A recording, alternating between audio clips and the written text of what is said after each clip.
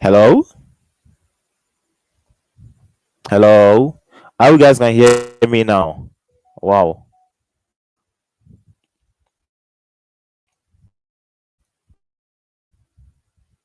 I had my mic not turned off, so alright, so I think I hear me now. Right. So let's continue. So what I was saying was that with the question number one, I even read the instructions for the question, right? That this is what we are expected to do. We have to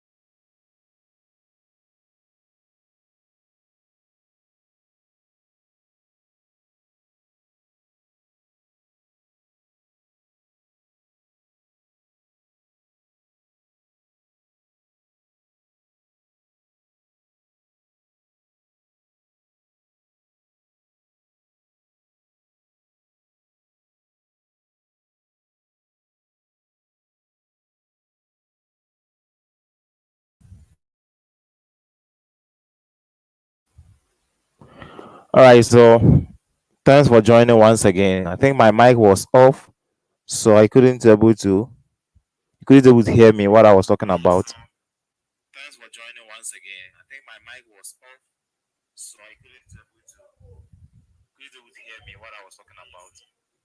Thanks for joining once again. I think my mic was off. All right, so as I was saying, one way of measuring forecast accuracy, that was what we were talking about. I think my mic was also, sorry for that. One way of measuring forecast accuracy is to determine the extent of the forecast error. So which of the following is not an appropriate measuring and comparing forecast error? So we have MA, there's a mean absolute deviation. B, we have mean square error. D, we have mean absolute percentage error. And D, we have what? MW. I don't even know the meaning of that. So out of what the forecast error is only the D, which is not what part of it. So let's take note of that. Let's go on question number two. Which of the following is not a qualitative forecasting technique? Which of the following is not a qualitative forecasting technique? A, we have Delphi method. B, we have customer force composite. D, we have jury of executive opinion. And then D, we have customer market survey. So out of this, which of them is not part of what? So we say when it comes to qualitative method of forecasting, we have Delphi method. Here we are using experts who will be located, staff and responder who will be located at different areas, and then they will forecast for us. When it comes to jury of executive options, you are talking about what? Small managers who have knowledge about the forecasting from previous experience with the business, okay, and then they forecast. When it comes to customer market survey, here we use various customers, right, and then we give them some form of questionnaires for them to actually fill, or interview them for them to fill out what will be their actual, let's say, sales, or let's say what will be their demand for a particular product for a particular what period. Is that okay? So that's the customer market survey. We want to know the buying power of our customers in the future. So that becomes the customer. So out of the, you can clearly see that it is only the customer force composite, which is not part of this. But then here it should have been sales force composite. That should have been the right way. Is that okay? But then we don't have customer force composite. So that should be what option B. So let's take note of that. Let's move on to question number three. Another common term associated with error in forecasting is bias. It tells whether forecast tends to be too high or too low, and by how much. Thus, bias may be negative or positive. However, it is not a good measure of actual size of forecast errors. Because so it's given a why. Why is bias not a good measure of what actual size of what an error? Because the reason is that because the positive errors tends to cancel out the negative. The positive errors tends to cancel out the negatives. That's why it makes it what not a good measure of what actual size of what determine what an error. So the right answer here is going to be positive. Negative errors can cancel out the positive errors, or the other way around. So 3 becomes what option C. I mean, question 3 becomes what the right answer should be what option what A. So let's take note of that. Let's move on question number 4. Question number 4. Which of the following is not is a disadvantage of weighted moving average method of forecasting? Which of the following is a disadvantage of weighted moving average method of forecasting? A, we have they are affected by environmental factors. That's not part. We are talking about disadvantage. Disadvantage. B, it is overly sensitive to rare changes in data should they occur. C, they cannot pick up trends very well and will always stay within past levels. And D, weighted moving average forecasts are accurate on seasonal basis. No. So out of this, the disadvantage here when it comes to weighted, since we apply weight on past data, they cannot pick up trends very well and always stay within what the past levels. So that becomes a disadvantage when it comes to the weighted moving average. So the right option should be what? Option C. Option C. Environmental factors doesn't come when it comes to weighted moving average. Is that okay? So because we are talking about weight being applied, so you need to take note of that. Now, question number 5. Question number 5. Question number 5. Question number 5. If A, B, and C are any M and M multiplying N matrices and K is a scalar, then which of the following does not hold true? So looking at the options here, we said matrix in terms of what the operations, it is what an associative. So if I have what matrix A plus B plus C is the same thing as what A plus B plus what C. Is that okay? So that is so here the first one holds true is A, it holds true. But let's talk about the second one. B, we have what? We have scalar multiplying what? Matrix A plus B, and we are saying the same thing as what? Scalar multiplying A plus scalar multiplying what? B. That's what we are saying. Is that okay? So here, assuming that K is 1, assuming that K is equal to 1, it can hold true. Is that okay? Because when K is 1, means that whatever you have in matrix A, is that okay? When you multiply by 1, it's going to give you the same answer. Likewise, whatever also element or element that we have in the matrix B, when you also multiply by 1, assuming K is 1, it's going to give you the same. So when you add, in terms of this, when you add, you're going to get the same thing. Either you multiply the scalar by the matrix A, and at the same time you multiply the scalar in terms of their division, I mean addition, when you separate the two instead of multiplication. So here B2 also holds true. When it comes to C, we have matrix A plus B transpose. It's the same thing as A transpose plus B. That is also true. You can give a try and test. So if, let's say, as I was saying, let's say we have A to be equal to, let's say, 2 1 3 4, and let's say B to be equal to let's say 1 2 1 4. If you have to add this, A plus B is going to give us what? So we are adding matrix A plus B. It's going to give us, so here we add corresponding element, right? So we have 1 plus 1, so we're going to give me 3, and then we have 3 plus, we're going to give me what? 5. Is that okay? Then 1 plus 1 going to give me 2 here, and then 4 plus 1 going to give me what? 8. Is that okay? So when you do this, if you transpose this, transpose means what? Making rows to columns, or columns to what? Rows. That's the meaning of transpose. Is that okay? So here to transpose means that our A plus B transpose is going to, so you are making rows what? Columns. You are making rows columns, or column what? Rows. So if you have to go by rows column, it's going to be 3 5, oh sorry, going to be 3 5 and then 3 5 and then 2 what 8, 3 5 and then 2 8. So that becomes what the transpose. Is that okay? So 3. So here we are making what that of rows what the column. So 3 5 2 8. That is for the when you add a 2. But if you want to go by the individual after that, you add. Let's see what you're going to get. So let's say we are dealing with A transpose plus what B transpose. Let's see. So we're having what A to be what A to be 2 3 1 4. So let's transpose 2 3 1 4. So we are turning rows what columns, right? So it's going to be, so here is going to be, so 2 3 going to be a column, right? And 1 4. So 2 3 and then 1 4. Let's see if that's true. So that's going to be for A plus, then B was what 1 2 1 4. So that also becomes what 1 2 1 4. So let's see if that holds true in terms of the transpose. So now we are adding, right? Transpose by transpose. So let's add.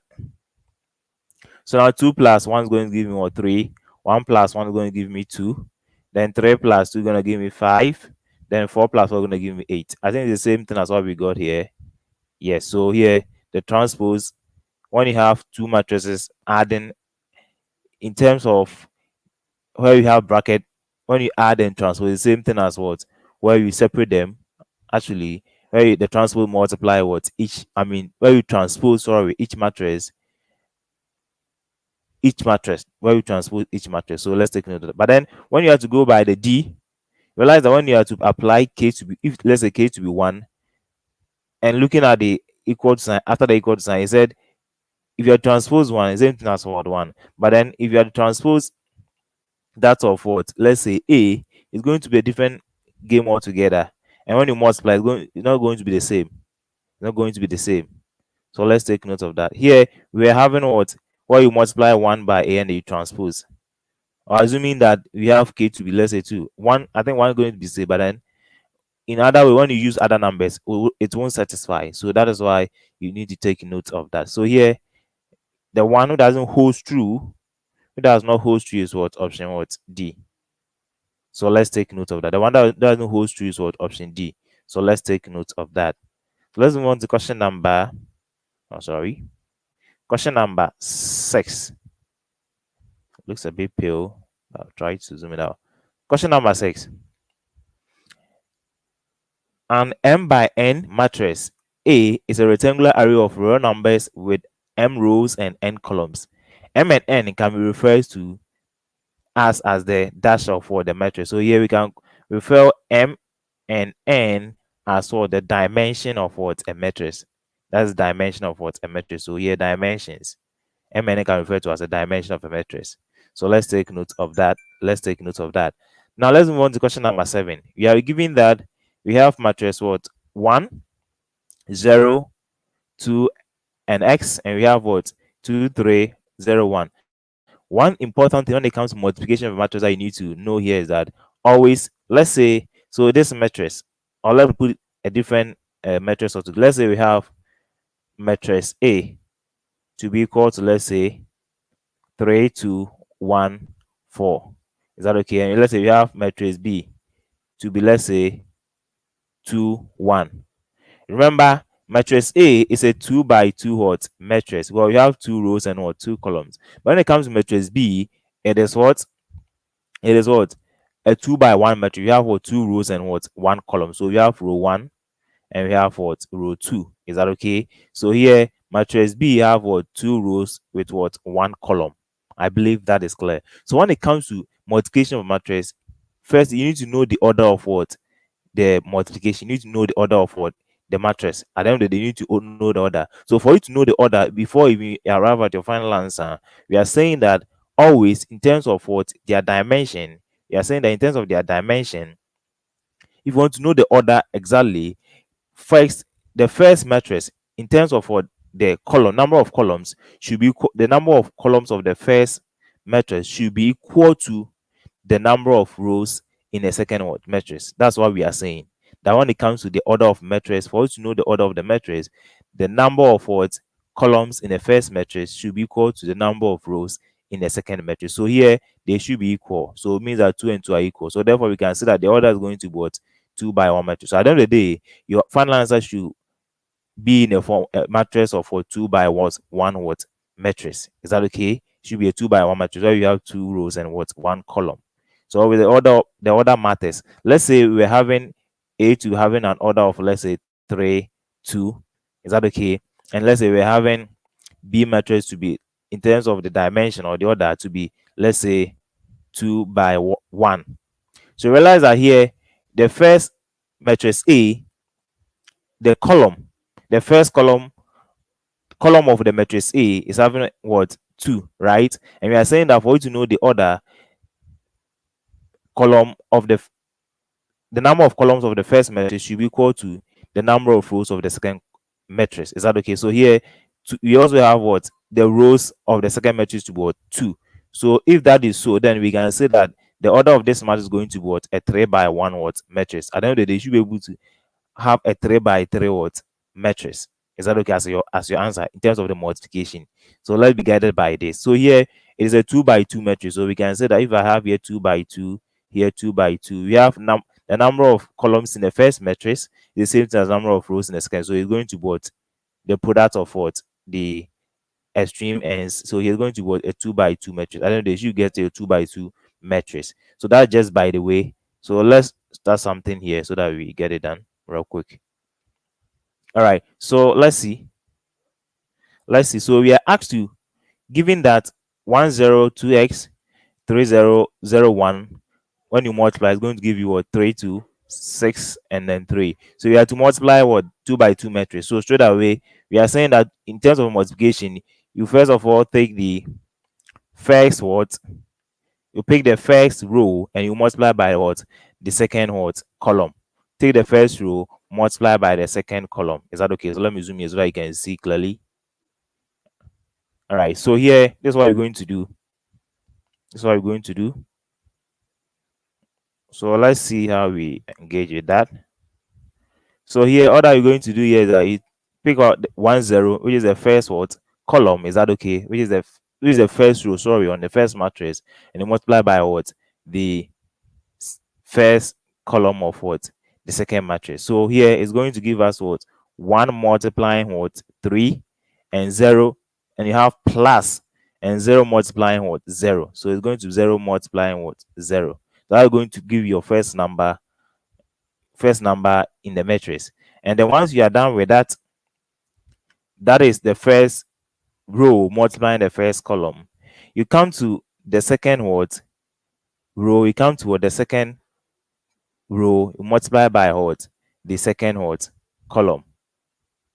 Oh no, sorry, you take that one. Let me maintain that one. I think without making a mistake. So you take the second row, you multiply by what the first column. So first take the first row, multiply by the first column. Second, take the second row of the first matrix, multiply by the first column of the second matrix. Is that okay? So that one also be down here. So it's going to be what 2 by 0. I said 2 by 0. 2 by 3 plus 2 by 3 plus s multiplying what 0. Is that okay? So that will establish this, and then we do same. We take the first 1 0 multiplying what the second what column of the second matrix. Is that okay? So that one's going to give us what 1 multiplying 2 plus 1 multiplying 1. Is that okay? And then we do same here. We have 2 multiplying 2 plus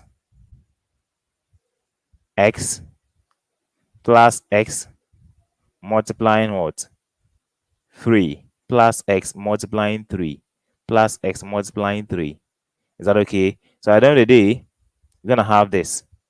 So therefore we can say that here, since we are interested in the x value, we take the corresponding value of for the x. So you realize that the corresponding value of the x going to look up with what 3 here in the matrix that comes after the equal to sign. Is that okay? So it's going to what 2 multiplying is going to give me 4, then x multiplying is going to give me what 3x. Is that okay? Or what I was doing? Wait, sorry, it should be 1. x multiplying what? 1, not 3. Let me erase this. Come in. A should be 1, not 3. Well, we said the 2 will multiply 2 and then the x will multiply 1, 1, 1. So let's have the 1 here. So here, let me erase this 2 real quick. So here, you're going to have here to be what? X by 1. And I don't know, you equate.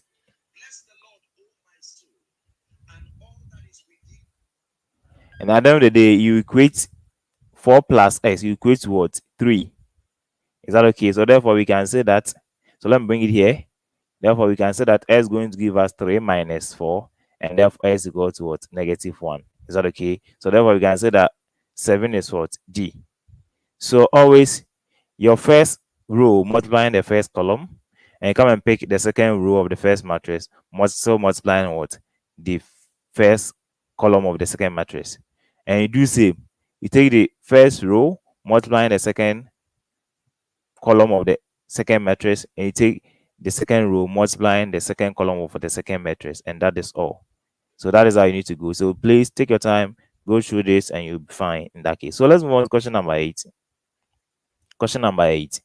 Given that a is equal to 1, we have 4, 1, 2, 3, and b is equal to what? 1, negative 2, negative 1, 4. The question next, you have to find what? 2a plus 3b. So this is what? A scalar multiplication. It is a scalar multiplication. So let's see how we engage in that light, and let's see how we resolve it in that case. So here, scalar multiplication, just multiply the scalar by what? Individual element in the matrix. Is that okay? So let's go for 2a. So 2a is going to give us what? 2, the whole of 2 multiplying what? 4, 1, 2, 3. So that we can say that's going to give us 2 multiplying individual matrix is going to give us, let's see, it's going to give us what? So 2 multiplying 4 is going to give me 8. 2 multiplying 1 is going to give me what? 2. Is that okay? 2 multiplying is going to give me 4. 2 multiplying 3 is going to give me what? 6. So I'm done with what? 2a. So we come to what? 3b. So 3b, 2. So 3 multiplying what? 1, negative 2, negative 1, 4. So the same thing. So we have 3 multiplying 1 is going to give me 3. 3 multiplying negative is going to give me what? Negative 6. 3 multiplying negative 1 is going to give me negative 3. 3 multiplying 4 is going to give me what? 12. I hope that is clear. All right. Sure. So 12. So after that, you add the results. You are adding this. You add 2a plus 3b. So in doing that, let's raise some powers here so that we get everything done in the right manner. So in doing that, we can say that here we are adding correspondence, right? So let me bring it here. So I can say that I have 2a, sorry. So I have 2a plus what? 3b. So let me have it here. So I know 2a was what?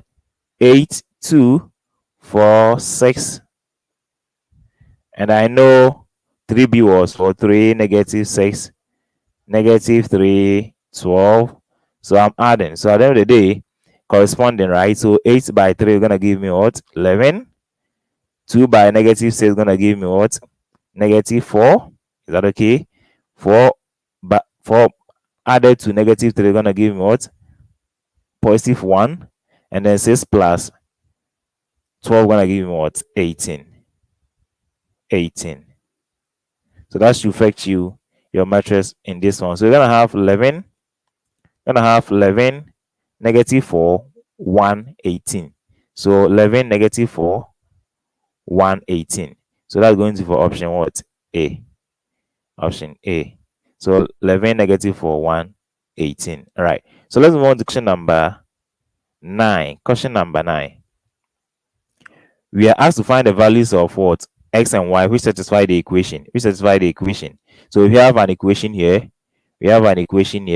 Which is what? 5x 4 negative 1 is a matrix, right? So there's a 2 by what? So we have what? A 2 by 2. So let's determine that we have a 2 by 2 matrix, and here is also a 2 by 1 matrix having 2 rows and what 1 column. So here the order is going to be what, since we have what the number of columns to be equal to in the first matrix is equal to what the number of rows in the second column, we can say that the order of the matrix is going to be the multiplication of the extreme what values, which is going to be what 2 by 1. So the order is going to be what a 2 by 1 what matrix having 2 rows and 1 column. Is that okay? So that is the order. So always the identification of the order is very important in the matrix what concept. So let's take note of that. So straight away, that's what we're going to do. The same multiplication, we take what, or we pick out the first row, multiplying the second column, and we do same for the second column as the second row as well in the first matrix. So let's go. So here it's going to give us what 5 multiplying 2, 5 multiplying 2 plus x multiplying what. So 5 will multiply 2 and x will multiply what y. So x multiplying what y, x multiplying what y, multiplying y. And then once you are done, you pick out the second what row in the first matrix, also multiply by what the first column here. Is that okay? In the second matrix. So here you do same 4 multiplying 2 plus negative 1 multiplying what y. I believe that is clear. I believe that is clear. All right. So at this point, once you're able to get this, so let's see. So then I can say that here is what 5 multiplying 2 gonna give me 10. X multiplying y gonna give me what xy. Is that okay? And then here 4 multiplying 2 gonna give me what 8. And then negative 1 multiplying gonna give me what negative y. So I can show that we say that let here be what negative y. Is that okay? Negative y. So this becomes what the multiplication of what my match. And we are saying that this should be equal to what? This should be equal to 4 and what 5. This should be equal to matrix 4 and 5, which is what a 2 by 1 matrix. So here we just equate the correspondence. So we can say that taking the second what row in the first matrix is going to be 8 minus y, and that should be equal to what 5. Is that okay? So therefore we can say that 8 minus 5, and we send the y to join what where the 5 was before, it tends to become negative. Is that okay? So we can say that here 3 is equal to what y. So once we get 3 is equal to y, or y is equal to 3, you come and substitute into the second what the first row in the first matrix. So it's going to give us what 10 plus, I know y is what 3, so we're going to put into bracket 3, and that should be equated to what 4. Is that okay? So I'm gonna have what 10 plus or 3x, and that should be equated to 4. So I'm solving for what x. Is that okay? So here at the end of the day, I can say that my 3x is going to give me what 4, and I'll bring what the 10 to join the 4, which becomes what negative 10. So therefore I can say that 3x is going to give me what negative what 6. So divide both side by 3, divide both side by 3. So therefore we can say that x is going to give me what negative what 2. I believe that is clear. So therefore we can finally say that the value of y is what positive 3, and the value of x is what negative 2. The value of y is positive 3, and the value of x is negative. So that's going to give us option what D. So let's take note of that. Any questions so far? If you have any question, let me see in the comment section, and I'll respond to it in that case. So let's move on to question number 10. So let me raise some pass here so that we get everything done in the right way. All right. So now question number 10 is saying that we should find what the inverse of what the matrix. You find the inverse of the matrix. You find the inverse of the matrix. So what is the inverse of matrix A? So we know matrix A. We have matrix A to be equal to what 1, 2, 3, and what 4. Is that okay? 1, 2, 3, and then 4. So how do you do that?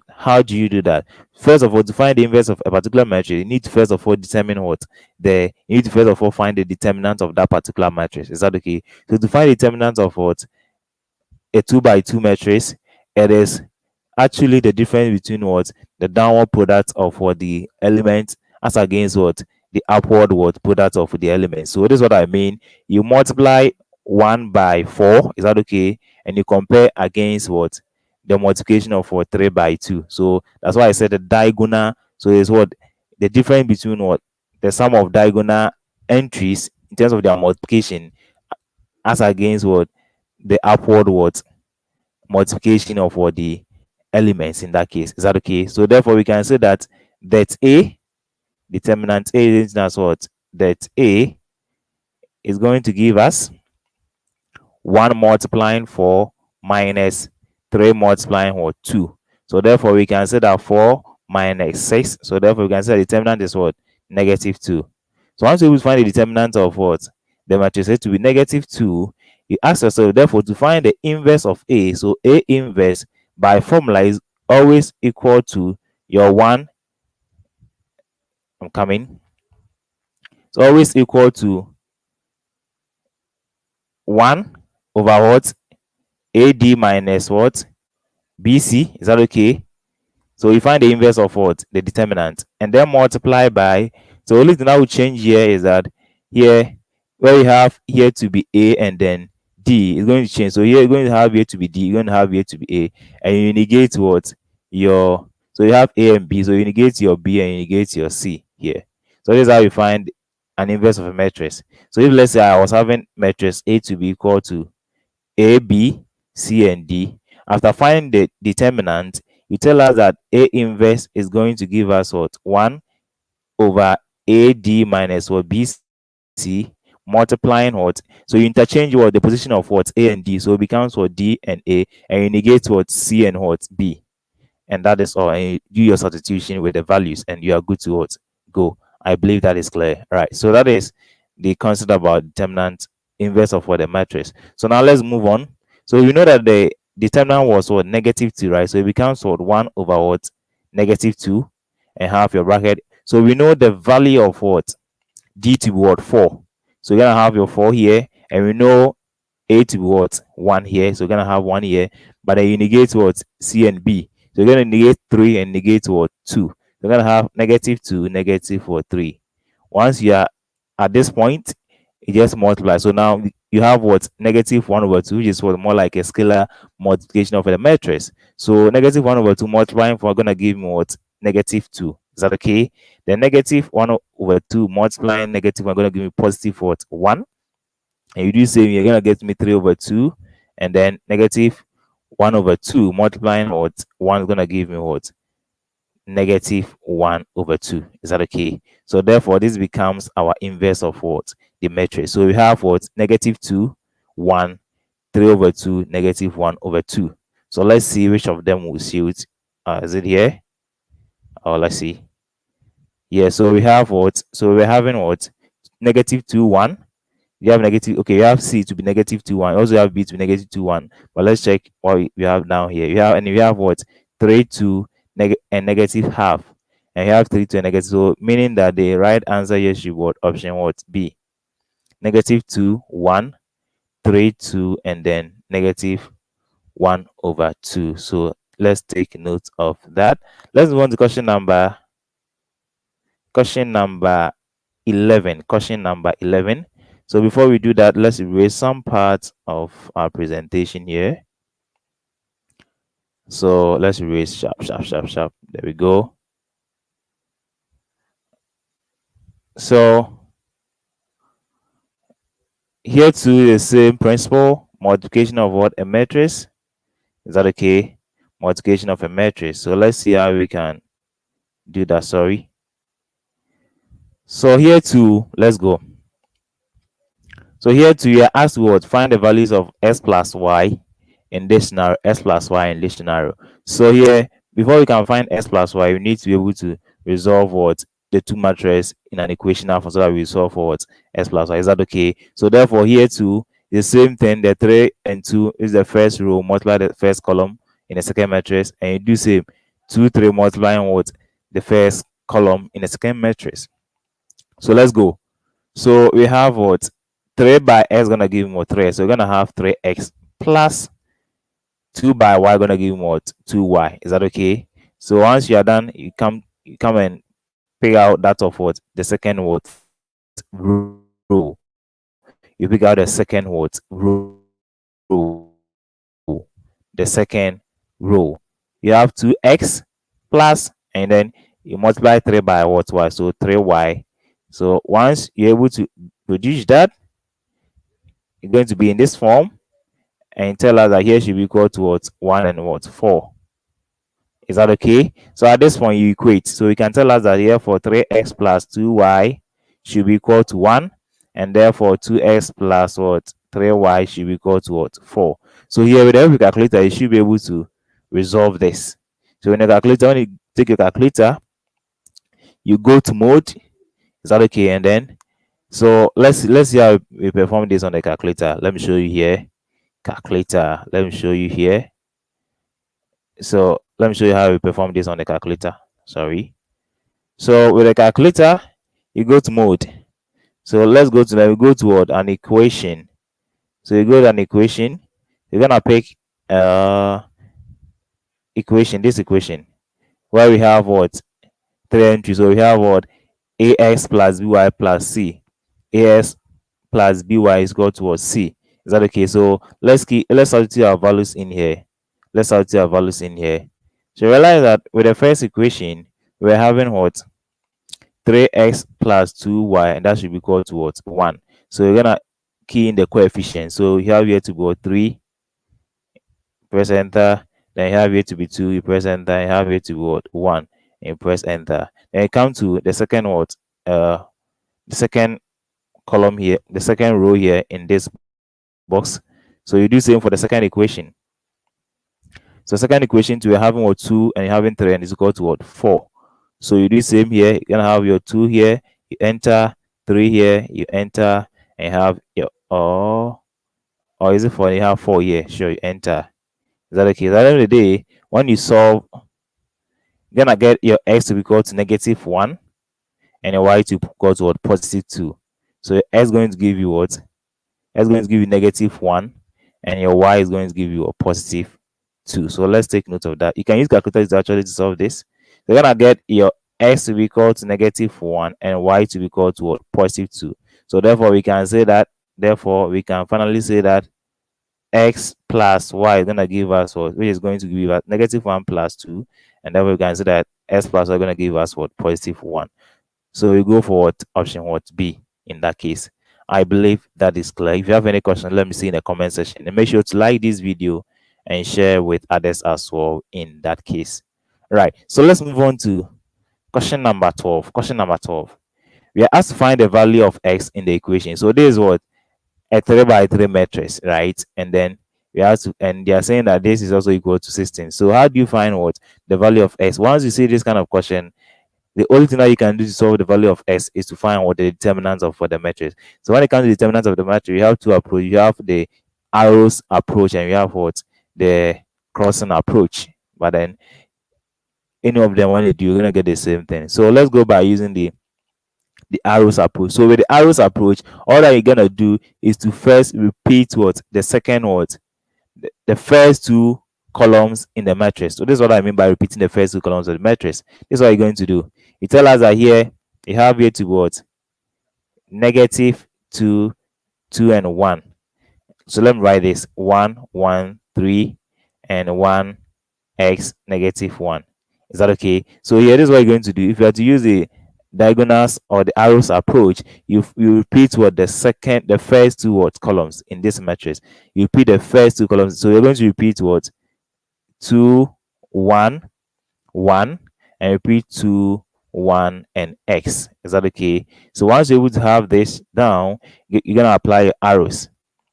So you're gonna have your upward arrows. So let me use a different pen altogether. So the arrows start from here. So this is an upward arrow. So here, and you do same for this one too as well, and you do same for here too as well. Is that okay? So you're going to find what?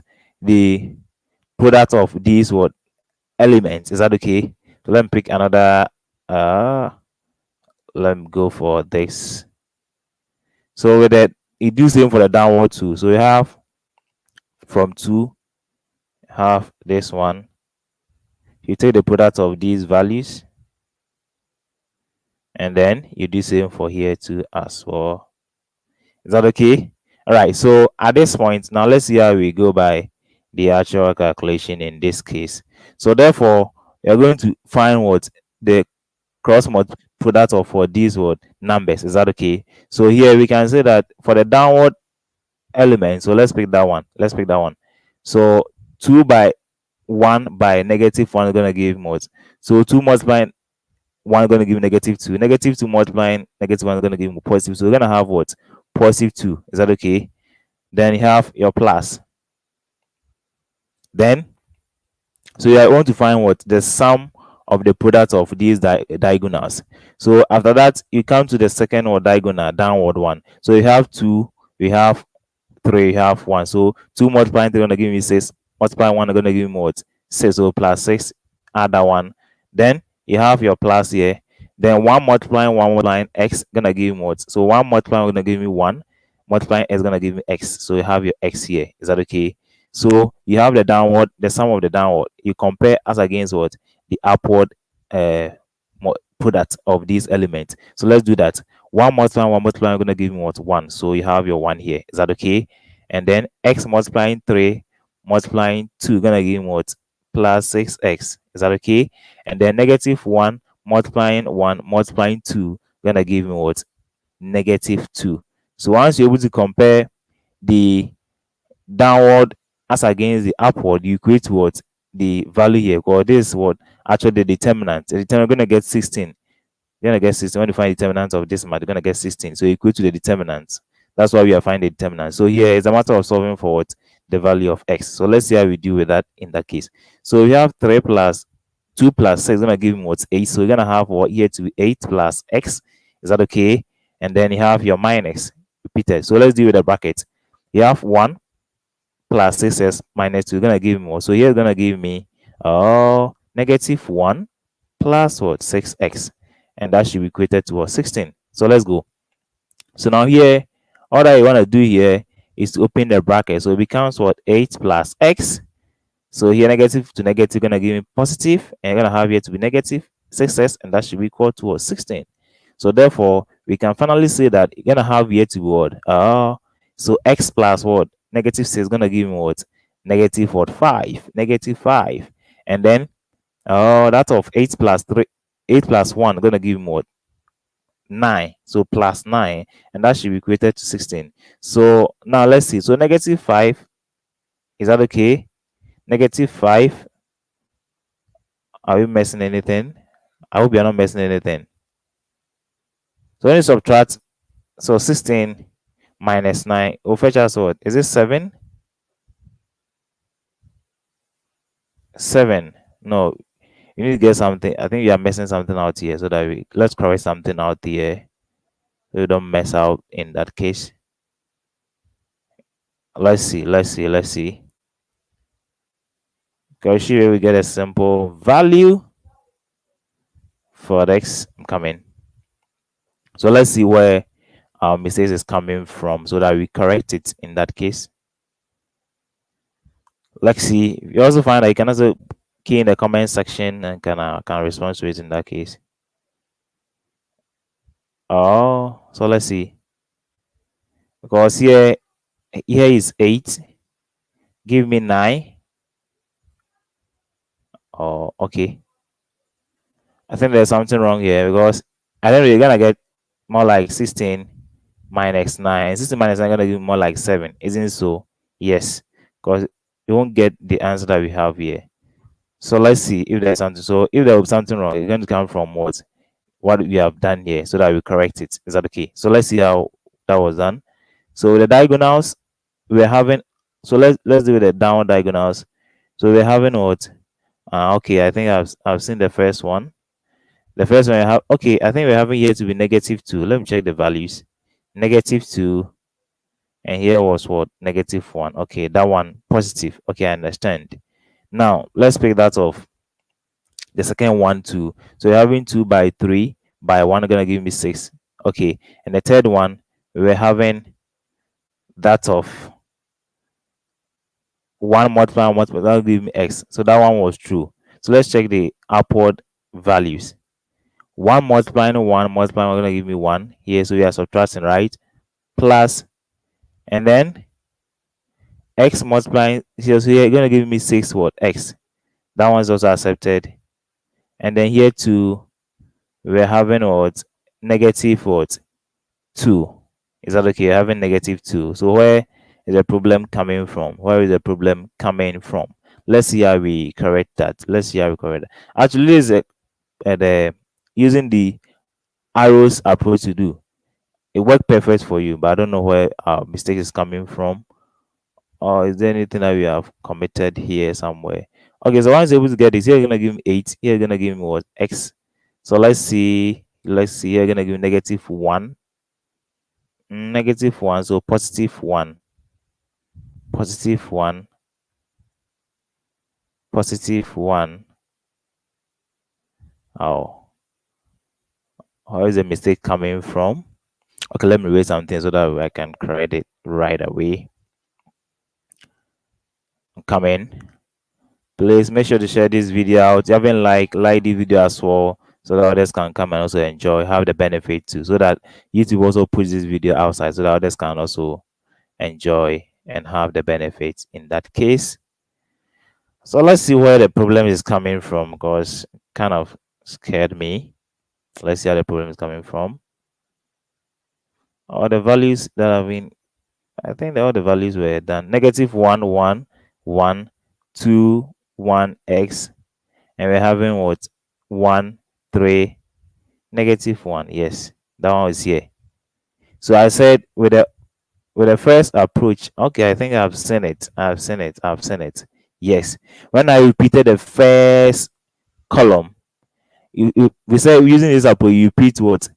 The first 2 columns. So instead of me negating this, I didn't negate it, right? So I just wrote the 2. That's why we were getting that that kind of problem here. So the only thing that we were corrected here is that here was negative. When I repeated the first 2 columns, I didn't repeat what?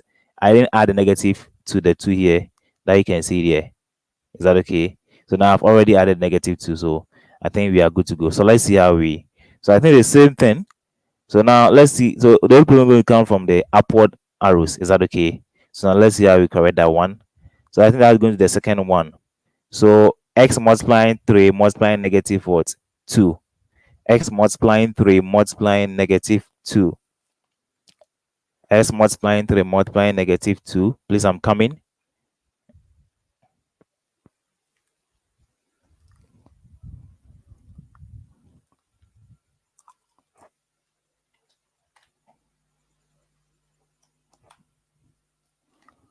All right, so let's continue. So x multiplying 3 multiplying negative 2 will fetch you what? So it's going to be negative what? Here is going to be negative. So let me erase something here. It's going to be negative 6x, not positive 6x, because of the negative. Because of the negative. So it's going to be negative what? Negative 6x. And I think the rest will be fine in that case. So now let's deal with it. So here you're gonna have here to be 8 plus x, and here you're gonna give you what into bracket. You're gonna have here to be your negative 1, and here going to be your negative what? 6x. Is that okay? So at the end of the day, we can say that I have here to be 8 plus x plus 1 plus 6x, and that should be equated to what? 16. 16. Is that okay? So therefore we can say that x plus 6 is going to give me what? 7x, and that should be equated to 16, and then 8 plus 1 is going to give me 9, so subtract from 9. So therefore we can say that 7x is going to give me what? So here going to give me 7, isn't so? So divide both sides by 7. So therefore we can say that x should be equated to what? 1. So actually the value of x here using the arrows approach should fetch you what? Positive 1.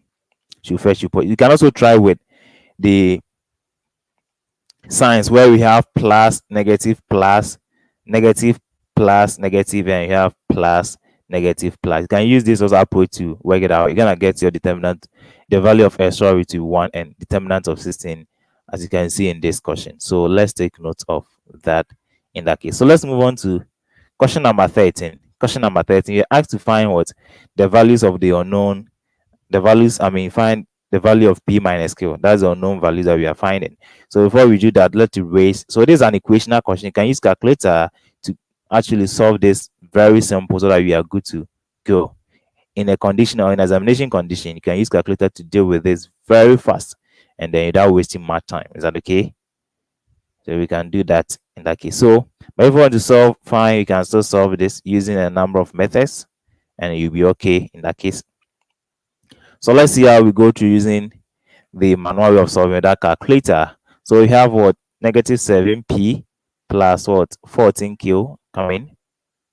Negative 7p plus 14q, and that should be equal to negative 42. So you see the relevance of the negatives and the plus. If one of them is missing, everything mess up. So let's take note of that. So that's an equation 1. Is that okay? And you have what? 3p plus what? 12q, and that should be equal to what? 90. With this, you can use the matrix approach to using the Cramer's rule approach and do stuff. But then we don't want to waste time. We want to use a normal equation to solve. Because I think we were told that we should use what? Cramer's rule here to evaluate the. But then here, if it were to be the theory-based aspect, that they will actually request that. But here is an MCQ, so nobody will request for your workings. You just need to have the right answers being shaded. Is that okay? So that's the most important thing that you need to know. But if it were to be theory, hey, you're gonna work using what? The rule in that case. So let's take note of that. So in dealing with this, you're gonna apply either your elimination method or substitution method. Any of them will work for you. But mostly I prefer going by what? Elimination method, because that works best for you. All that you need to do is that if you want to eliminate, you make sure that the variable you want to eliminate have the same coefficient in each equation. Have the same coefficient in each equation. So let's see how we do that using the elimination method. So with the elimination method, I can say that I want to eliminate p. I want to eliminate p. So which number should I multiply by the two equations? That will fetch me the same coefficient of p in both equations in this case. So this is what I will do. I can say that equation 1 multiplying what? 3, and then equation 2 multiplying what? 7. Is that okay? So it's going to be like this. It's going to be like this. So I want to eliminate. Is that okay? So it's going to be like this. Equation 1 so I can say that equation 1 multiplying what? 3, and equation 2 multiplying what? 7. Is that okay? So therefore I can say that straight away, multiplying 3 by equation 1 gonna fetch me here to be negative what? 21p. Then 14 multiplying by 3, I think gonna give me 42p. Isn't so? 42q. So here's going q, and then multiply what? Negative 14. So negative 42 by what? 3. Let's move on to our calculator and get this done real quick.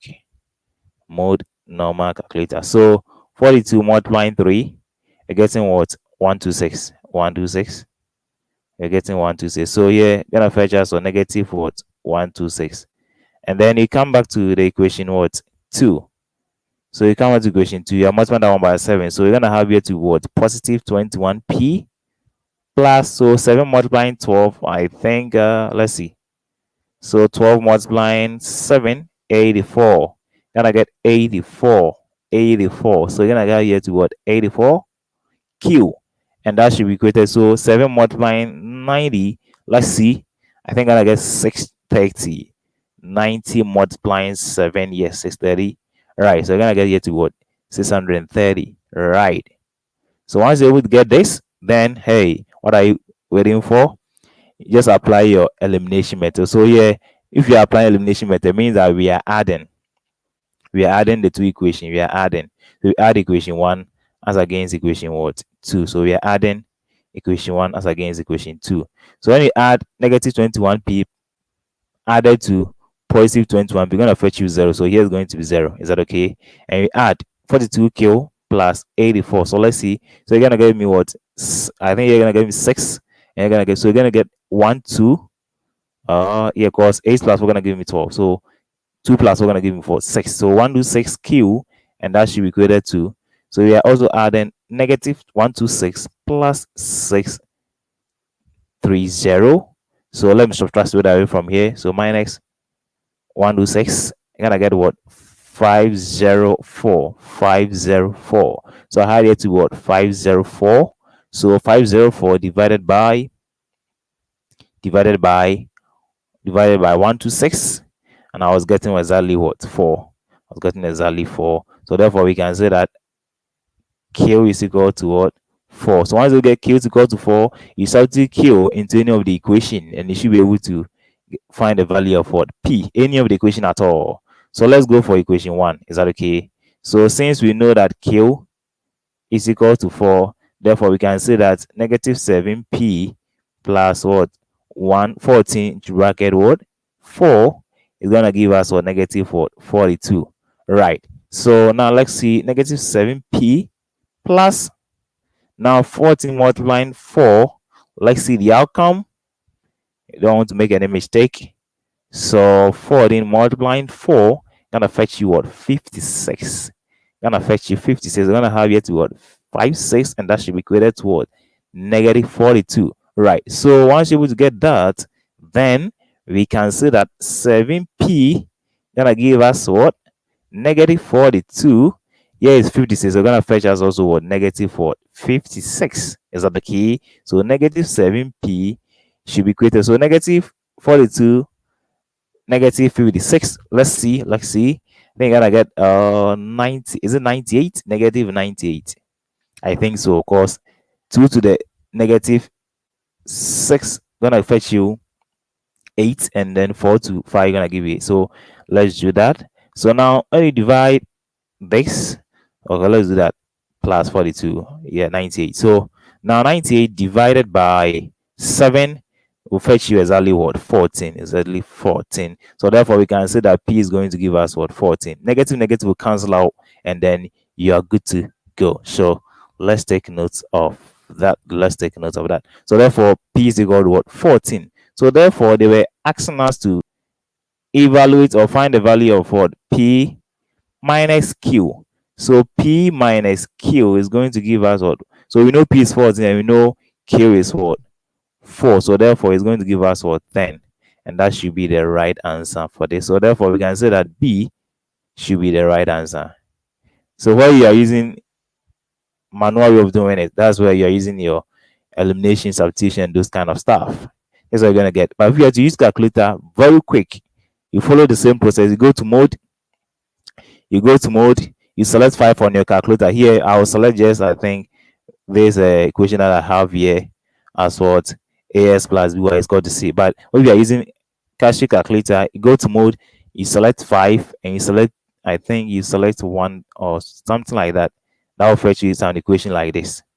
An equation like that, and just keep substitute your values and then the coefficient of what? Each variable, and then you're able to get your answers for that. As you saw for the first, I think the first one, there were some questions that we use an equation to solve for it. I think so. So this is how we use the calculator one to actually deal with this. So let's take note of that. Now let's move on to question number 14. Question number 14. Now question number 14 is saying that, let me erase some parts so we are good to go. Question number 14 is saying that, hey, you have to determine the value of S transpose. So X transpose here, you mean the determinant of what? After transposing, you find the determinant. That's what they're trying to say here. So find the determinant of what? The transpose of this matrix. So this is a 3 by 3 matrix. So let's see how. So before we do that, he's saying that if X transpose is a transpose of matrix X, and that's equal to 0, this, then determine the value of what? X transpose. Is that okay? In terms of determinant. So first of all, you transpose and you find a determinant. You transpose and you find it. And that's why I say when it comes to transpose, where you turn what? Rows into what? Columns. Where you turn rows into columns. Or columns to rows. Anyway you want to go, you cannot get the same thing. So let's take note of that. So now, if you just join us, we are discussing question from Quantitative Method from Kenya School of Business. So you gotta make sure you like this video and share with your friends so that you also join us in that case. So please share this video out, and then others also get assisted through this channel. And you haven't subscribed to the channel to, hey, please subscribe so that you learn everything once you go live, and then you are good to go in that case. So let's continue. So first of all, let's transpose before we find what? The determinant in that case. So as I said, to find the transpose of any matrix, 10 rows into what? Columns. 10 rows into columns. That should be the simple approach. So now X transpose, wow, come on. So now X transpose it's gonna give us what? So we are transposing what? Matrix what? X. So we are turning rows into columns. So rows, first row it will turn into what? Column, right? Second row will turn into column, third row will turn into what? Column. Is that okay? So now 0, 3, 0 gonna give us in the column form as what? 0, 3, 0, and 2, 1, 3 gonna give us 2, 1, 3, and then 4, 2, 2. So here gonna get 4, 2, 2. So once you have this becomes your S transpose. So once you're able to transpose it, the next thing is to find the determinant of what? This transpose. Determinant of this transpose. Come on, here. So to find the determinant of this transpose, in this case, it is easy to go. You can use, we always prefer using what? The arrows. That one makes it very simple. The only thing that you need to do when it comes to the arrows is repeat what? The first two columns of the matrix. Repeat the first two columns of the matrix. And that is all. And you do your downward arrows, upward arrows, and you're good to go. That one is very simple to go. Is that okay? So here, all I need to do is to repeat what? My first two columns. So we're going to have here to be 0, 2, 4, 3, 1, 2, 0, 3, 2. And all I will do here is to repeat my first two columns. Is that okay? So I'm going to have here to be 0. You're going to have it to be 3. You're going to have here to be what? 0. Is that okay? And repeat 2, 1, 3. So once you're able to repeat this, hey, you're good to go. So now let's pick out a different pen altogether here. So you're going to have your arrows indicated. Is that okay? So right. So let's see.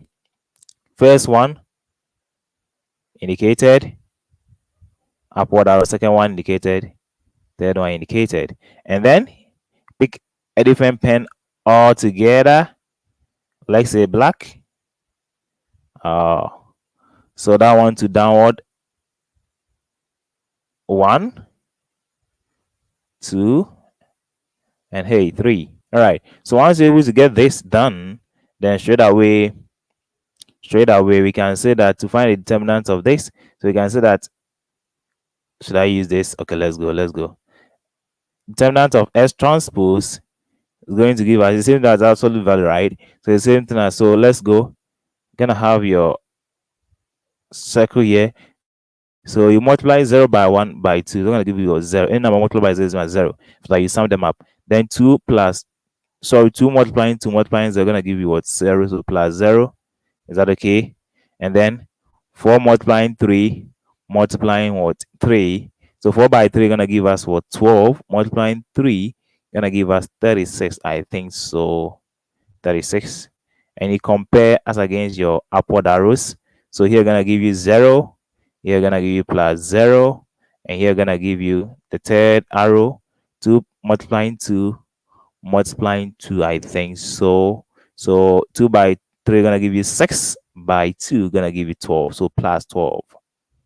All right, so I don't know, we can say that is what? 36 minus 12. Is that okay? So therefore we can conclude that here is gonna give us what? Taking here gonna give us 24. So therefore we can finally say that the determinant of S transpose is equal to what? Positive 24. Is equal to positive 24 in that case. So let's take note of that. Now, with question number 15 up to a number of them, we have already covered it. That was session 1 of our past question solving on quantitative methods. We have already covered all these aspects, if you can remember. So I will leave the link in the description of this video right after this. Please make sure to go through all these. We have already covered a session 1 part of this where we were solving all these aspects. If you can remember, if you have gone through it, I think you remember that we have already solved these videos. Is that okay? So I think the only thing that we haven't touched on, I think, is that from question number, question number 41. Correlation. So what is correlation? Correlation refers to what? The causal relation between two variables. Correlation is not the same as causative. So A is out. The association between two variables. C, proportion of variance that two variables share. And D, a statistical method that can only be used to used with a correlational research design. That is out, D is out, A is out, C is also out. So we can say that it's association between or two variables. Correlation, you're talking about association. Correlation is the same thing as causation. Causation means if S should change, if S should change as a result of Y, that's what we call causation. Means that S is sorry, Y is changing as a result of S is what changing. So if let's say X was 2, then we can finally say that if S is 2 and we are saying that X is equal to Y, therefore we can say that Y is also equal to. So if S change to become, let's say, 1, means that Y also change to become what? 1. This is what we call what? Causation. A change in one variable affect another. Correlation, when it comes to causation, that's where we use regression to do that. Is that okay? But correlation, you are talking about what? Establishing relation between what? Two variables, association between two variables in that case. So let's take note of that. Now, question 42 is saying that if two variables are highly correlated, what does it mean?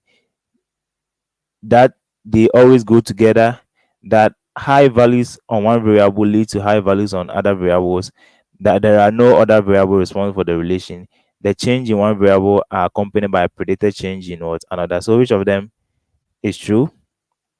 42, which of them is true? Which of them is true? Which of them is true? 42, which of them is true? You're saying that if two variables are highly correlated, what does it mean? Correlated. And I think I've covered a video on correlation to correlation here. So I will leave a link in the description section. You're gonna check it out. Check quantitative method playlist. You have a video covered on correlation, full topic, so that you can go through in that case. So what do you think is going to be the right answer for this? That they will always go together. B is saying that the high values on one variable leads to what? High values on another variable. Then C is saying that there are no other. That one is out of context. So that one you shouldn't even concentrate on that. That one is not paired. That one is not paired. And then D is saying that changes in one variable are accompanied by. So which of them is the right answer? Let me see in the comment section. If you're online watching us live, let's see in the comment section. Let's see in the comment section. Let's see in the comment section your answer to this question. Question 42. Your answer to this question 42. Let's see.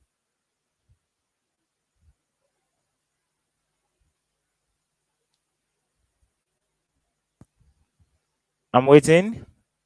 What is your answer? Or I'll leave that one for you. Then you tried. You tried. You provide your own answer. Okay, we'll come back to that. Since you're not providing, I'll skip it, then we'll come back to it. Right. So let's move on to question number 43. The strength, that's the degree of correlation between a set of independent variables X and a dependent variable Y is measured by. When talking about the strength of what? Correlation. Which approach is used to determine the strength of what? Correlation. Remember, standard of error is out, so don't even think about that. Then coefficients of determination help us know the percentage of influence on one variable as against what the another. So that one is also out. So you want to determine the strength, you go by what the coefficients of what? Correlation. Coefficient of correlation. So this is out. So coefficient of correlation help us determine the strength. But coefficient of determination helps us to determine the percentage proportion that one variable affects another variable. Is that okay? So as of 32, they have leave for you. So try to let me see in the comment section your answer to it in that case. All right. So that is, by the way, let's move on to question number 44. The diagram is an example of, so you see in this diagram, it's an example of which form of diagram can you see? These are the points or the dots that you can see. We have one here. So I'm trying to indicate it clearly so you can see. So which form of diagram is this? Where you have these arrows. What is the name given to this? So by nature, even if we don't know, we can say that this is what a scatter what diagram. But then let's identify a scatter diagram. So here is in relation to alcohol and what? Tobacco. So it is a scatter diagram or a scatter plot diagram illustrating. So is a perfect correlation. Can you have some correlation indicated there? So let's see. How I can say that. Yeah. We can have this arrow being drawn. So let's see. He said A is a histogram illustrating a so no, this is not a histogram.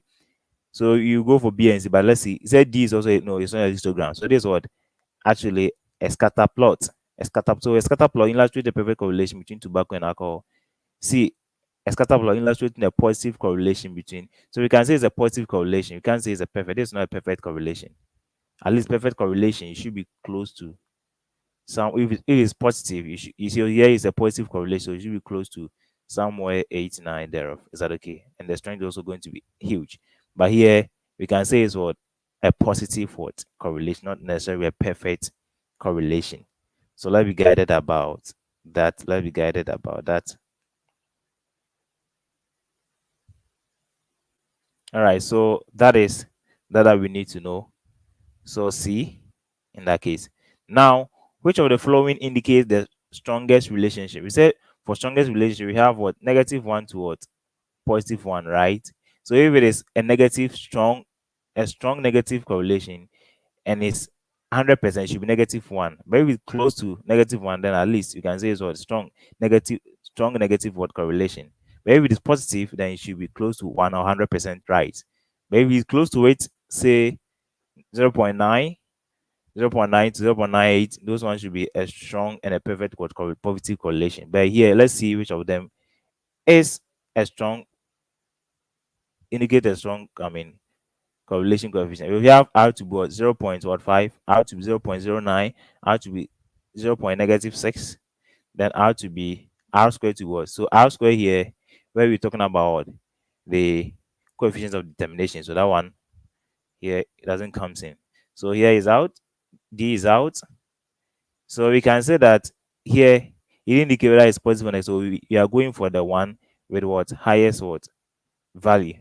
So we can say that the strongest relationship for this is going to what option C. Option C is have what a negative what 0.6 what 0.6 correlation as negative what correlation. Is that okay? In terms of what their coefficient of what coefficient of correlation. Is that okay? So we're gonna pick what C as such in that case. So let's take note of that. So that's a strong one. And a correlation of -0.5 will indicate a scatter plot in which the slope is what? So here is negative, so it's going to what? A downward. Is that okay? Downward. Because once you see a negative correlation, you're talking about a downward what? Plot. If we're to positive, then you see something like this. Is that okay? Move like this. But here is negative, gonna descend. It means that it becomes what a downward what? Arrow. So we're gonna be B in that case. Question 47 is saying that a correlation of -0.5 will indicate a scatter plot in which the slope is all of the points sit perfectly on the straight line. Nope. Half of the points of the scatter plot sits on the straight line. There is a moderate good fit between the straight line and then the point on the scatter plot. None of these. So let's see. So you can see that. So which of them should be the right answer? You can see that half of the scatter plot sits on the straight line. So which of them should be? And you can say that there is a moderate good fit between the straight line and the points of the scatter plot. You can say that, or can't you say that? And we can say that. You can say that. We can say that. Or are you going for half of the point sits on the straight line? No. This one there, no. So I'm going for C. Let me also see in your comment. Let me also see in the comment section what you also opt for in question number 47. I'm going for C. Now, question 48. A researcher finds that a correlation of 0.4 between personal income 0.4 between personal income and the number of years of college completed. Based upon this finding, he can conclude that a research finds a correlation of 0.4 between personal income and the number of years of college completed. Based upon this finding, he can conclude that a person who attended 4 years of college will have annual income of $40,000. B, more years of education causes high income. C, personal income is positively skewed variable. And D, more years of education associated with what? High income. So which of them would you think should be the right answer? Let's see in the comment section. Which of them do you think should be the right answer? A person who attended 4 years or no, that one is not true. More years of education cause high income. That is not true. The father you educate doesn't mean that you get high income. We have people who have been going to for school a number of years, but then you ask them of their monthly wage and you see that it's very small. It will depends on the work that you do. That will determine your income. So that doesn't mean that your schooling will affect. And personal income is probably skilled variable. So is that one? And more years of education associated with high income. So which of them will you think is going to be the right answer? I'll leave this one for you too. So you have two assignments to go. I think question 41 and then I wasn't question 41. Let's see that one. Yeah, question 42 and then question 40. So you have to assign question 42 and 40. So if you are not able to watch the live video right now, make sure to put your answer in the comment section and I'll provide you whether you had it right or not. Is that okay? All right. So let's take note of that. Now let's move on to question number 49. In calculating R with raw scores, the numerator of R represents what? Numerator of R. In calculating R with raw scores, the numerator of R represents, remember this? R. We are talking about what? The coefficient of what? Correlation, right? So that's why we have the summation of x minus x bar, if you can remember, multiplying y minus what? Y bar. This formula divided by root of the summation of, if you can remember. So this formula actually we are talking about. So here, calculating R with raw scores, the numerator of R represents what? So what's going to be the numerator? They're going to represent what? Is it the covariance between x and y, or the variance of x multiplying by the variance of what, y, or the variance of y or the variance of x? So which of them is the right answer to this? Question number 49. So 49 is going to what? Or is it only the variance of x? Let's see. I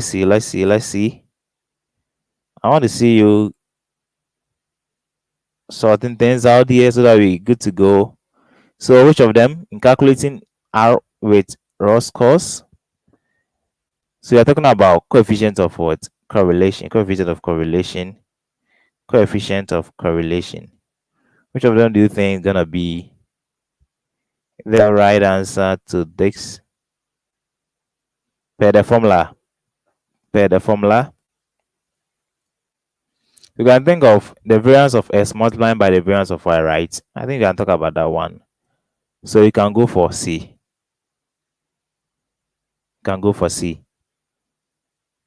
R with raw scores. You can go for C. Accepted? All right. So that is the coefficient in that case. Okay. Question number 50. Which of the following will not allow you to calculate a correlation?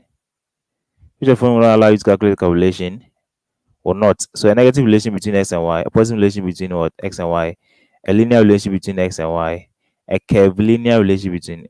When it comes to correlation, we didn't mention anything about curvilinear. Or we didn't mention anything about curvilinear? No. So a curvilinear curves, no. So linear can help you to calculate, but curve, no. Curve, I don't think so. Curve is not possible to do that.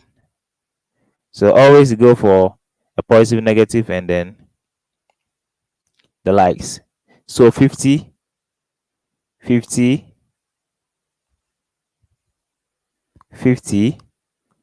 what? Should also go for C. 50 should be C. Curvilinear. Or do you have curvilinear as part of? Oh, no. Which of them will not allow you to calculate a correlation? If there's a negative relation between x and y, you can still calculate positive, you can still calculate curvilinear, no. All right, let's move on to the range of correlation coefficients is what? As I said, between -1 and what? Positive what? 1. Between -1 and positive, -1 to +1. So I'll give you an option what? C. Is that okay? And then we have to use this data to actually compute for. So this a whole question on its own. There's a whole question on its own where you can use calculator or you can use what? The manual. If you have to use calculator in this context, your time will be fast spent in an examination room. So I think you should be able to know how to use a calculator approach to deal with this. But I think my calculator doesn't have that function. Let's see. Correlation where you can let me check. Let me check here. Let me check here. Is it tables? No, it's not tables. Let me check here. Oh, I think my calculator here doesn't have that function. But you can use calculator to deal with this, and then you are good to go. It's very perfect, and then can easily calculate within space of time. So if I use calculator, I think you go for, is it regression? I think you go for regression, something like that, or start. Yeah, I think you're gonna be using this. I think start. You're gonna be using this to do that. Do that. I think so. You're gonna use this linear regression. you, you fill in the values and then you get it, and it's a whole process on its own. I'm thinking of making a video, a recorded video on that, so that you go through in that case. So for now, let's skip this question. I'll make a recorded video where I explain everything about how you use calculator to solve for this, and then you find yourself in a better way in that. So let's take note of that. So for now, we are skipping because of a whole course. We have to solve this. Even calculator will be delayed a bit, and even manual for the using of manuals, no, that one you can't even finish today. So because we're going to use a number of formulas, compute for certain columns for which you're gonna be. So I'll make a recorded video on this, and then we attest to it in that case. Actually, it's very simple question. Very simple question. It's not anything difficult that you can do. We have an equation. We have an equation. We have an equation. It said the equation of a simple linear regression can represent as, so a simple linear regression, you can say that y is equal to what? So in this case, this is an equation that we use mostly in gradient. So either you go for A or B, all of them will be accepted. I think at this point, you go for A or B, all of them should be accepted for you. But because I think at this level, at university level, most tutors prefer to go by, say, y is equal to A plus bx. When you also use y is equal to ms plus c, it's the same then. Doesn't change anything. So either you go for A or you go for B, all of them need to be accepted, and then you're good to go. So that should be the simple linear regression. But for regression, most of the time, for regression purposes, most tutors and what authors go for y is equal to A plus bx. So let's be guided about that. And this one too, it's also a whole calculation on its own. But you can give it a try. Or should you try this? Should you try this? No, you guys. So I'll make a video on this so that we'll solve it. I wanted us to even go through this. There's one part here that I wanted us to go through. Here, I think this one. This true or false aspect in terms of, I think, differentiation and then some aspect of this. But then for now, let's end here for now so that probably tomorrow we'll continue. So we continue from here where we have left of 52 to 53, and then we come and solve 54, 55, 56, and then I think we solve the whole of them. We even solve this together as part of it. So let's be guided about it in that case. So for now, because I don't want to keep him waiting, I think we have spent almost about 1 hour 27, getting to 1 hour 30 minutes. At least we have learned a lot. So for now, let's end here. So I will post around here today. So we continue probably tomorrow. Time will be indicated so that so make sure that you always visit the channel so that you check whether you have any live video so that you can easily join in that case. So guys, it will end here for today. And as I've already indicated, I've had a recorded video on those one that we've skipped on the calculus part, this part that I was talking about. I've done a recorded video on this, so make sure you go through and then get everything done in that case. I hope that is clear. All right, so thank you once again for joining this live session. So if you haven't liked, please make sure to leave us a like. If you haven't subscribed to the channel, and and share this so that others can also get a benefit to learn on this. So I'll see you for now.